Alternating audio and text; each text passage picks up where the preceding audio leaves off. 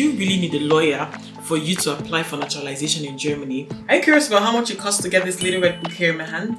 Then stay tuned to find out.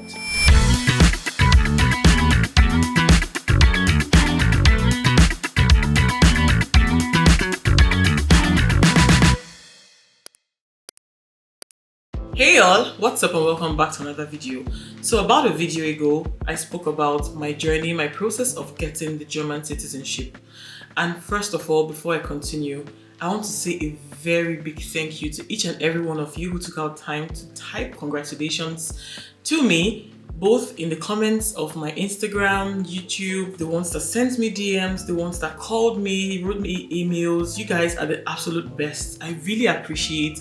Thank you so much for your prayers and your good wishes towards me. So like I promised in that video, I was going to talk about the actual cost of applying for the German citizenship and the German passport. And if you remember, as I mentioned, getting the citizenship isn't equal to getting the passport. So you're going to pay for both of them separately, okay? So in this video, I'm going to be letting you know the financial implication of applying for both the German citizenship and the passport. May I have my passport, please? Are you serious right now? Thank you. So yes, I'm going to be letting you know the real cost of getting this little red book here in my hand. If you'd like to know all about that, then keep watching. So right now, we're going to be addressing a very important question, and that is, do you really need a lawyer for you to apply for naturalization in Germany?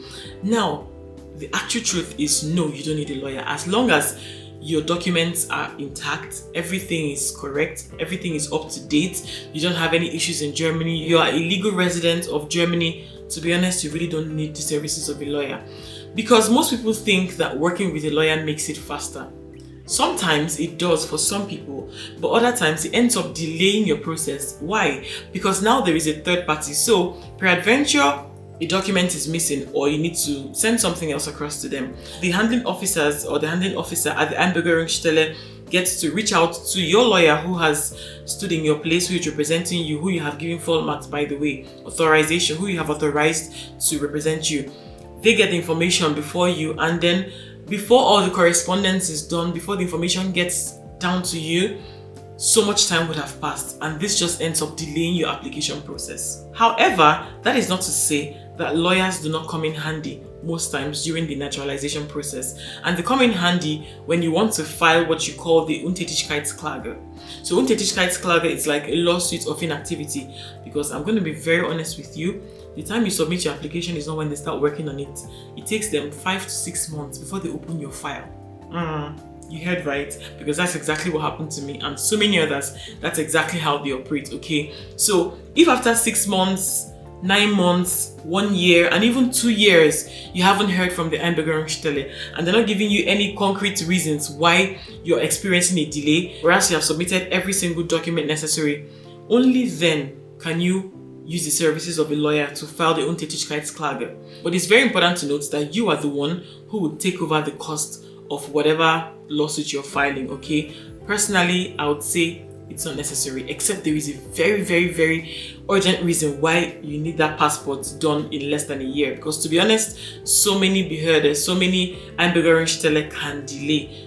Just calculate with that, alright? So generally speaking, you don't necessarily need a lawyer for your application. Just do your thing and go and chill.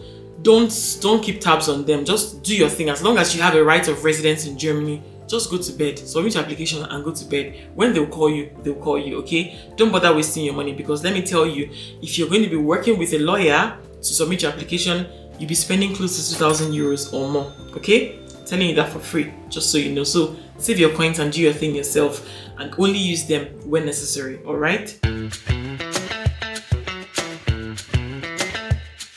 So the German B1 exams cost me 165 euros, and I'm talking about the Lesen, Schreiben, Hören und Sprechen, like 4-in-1. It's important to note that this cost for the German exam could vary based on the Anbieter. So for me, I wrote TELC. I don't know how much Goethe costs and any other German exams, but TELC costs 165 euros at the time that I wrote the exam, okay? And the Einbürgerungstest or the Leben in Deutschland test or the naturalization test in English cost me 25 euros. Now, for the naturalization certificate, otherwise known as the Einbürgerungsurkunde auf Deutsch, it cost costs 255 euros for the entire process.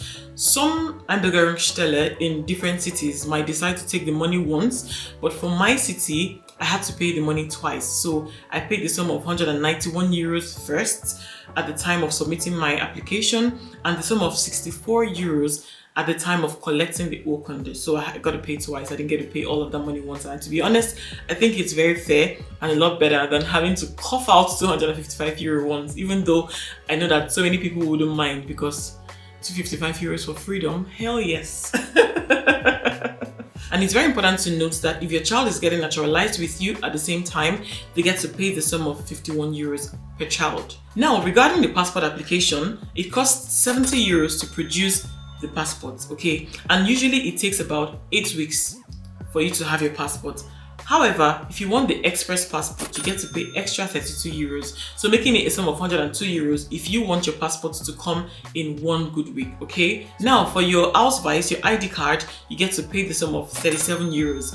There is no fee for express production of your ID card, so it takes 4 weeks before you can have it, and it costs the sum of 37 euros. And before I forget, it's also important to note that if you want to get the 64-page passport, you get to pay an extra sum of 22 euros, I think, or 20 euros. Well, I didn't care about that, because the honest truth is that many airports hardly stamp passports at passport control, so it's very unnecessary in my opinion.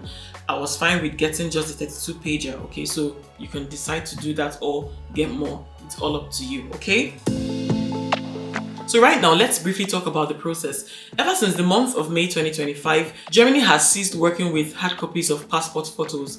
So if you have any appointment at any public office that requires you, making a new ID card or whatever it may be that shall require your passport photo, you need to take one either at the Rat House in your city or at any DM close to you. For me, I went to DM because it was close to me, but I'm not happy because I got to pay more money. I'm very, very angry because why do I have to pay extra €3 plus? Previously, all you had to pay was €1 plus or €2 to enable you print your passport, like take it by yourself and come here to print it. But right now, I had to pay €5.95 at the Vex. But yeah, the point is that this is a new application method. If you have any appointments that have to do with a passport photo, I just thought to put that out here, okay? So with this passport that you snap at DM or Rathaus, you're going to get a QR code. Now with this QR code, you'll be going to the Einwohnermeldeamt, also known as the local resident registration office. So you'll be going there with a copy of your Einbürgerungsurkunde that was given to you and your original passport from your home country, okay? So these are all that you'll be needing to take with you. So upon arrival there, you'll be asked for these documents. You'll be asked to thumbprint, and at some point you'll be asked about your eye color and your height, which I find very funny because I can lie about my height. I can say I'm taller or shorter than I actually am, but yeah, that's by the way. So you get to provide this information, and of course you get to do a lot of signing, a lot of it. But the good thing is that it's electronical and it's right in front of you. So once they ask you to sign, you use the electronical pen and you sign. So after all of that, you're asked to pay, of course, and thereafter you're given a date of collection. If peradventure you're unavailable on that date of collection, you can actually sign an authorization to someone to pick up this document on your behalf, and it's called a format. Pretty easy, okay? And before I forget, you'll be notified either via email or they will send you a mail per post, okay? Whichever one you get, on the day of collection, all you need to do is to go with your country of origin passport, okay? And then they get to release the document to you, but that's after you have signed that you have collected this document. That's pretty much it. It's a very straightforward process. At this point, you got to put some respect on my name. So guys, I'd like to know in the comments, if you're naturalized already and you've gotten your passport, how was the process like for you? Was it fast? Was it slow? And did you get to use a lawyer? Would you recommend using a lawyer? Let's have the conversation right there in the comments, okay? And if you found this video helpful, do also give it a thumbs up, and don't forget to share this video with your friends. Please, please, please guys, stay subscribed to this channel if you're not yet subscribed, and I'll be seeing you guys in the next video. Bis dann. Tschüss.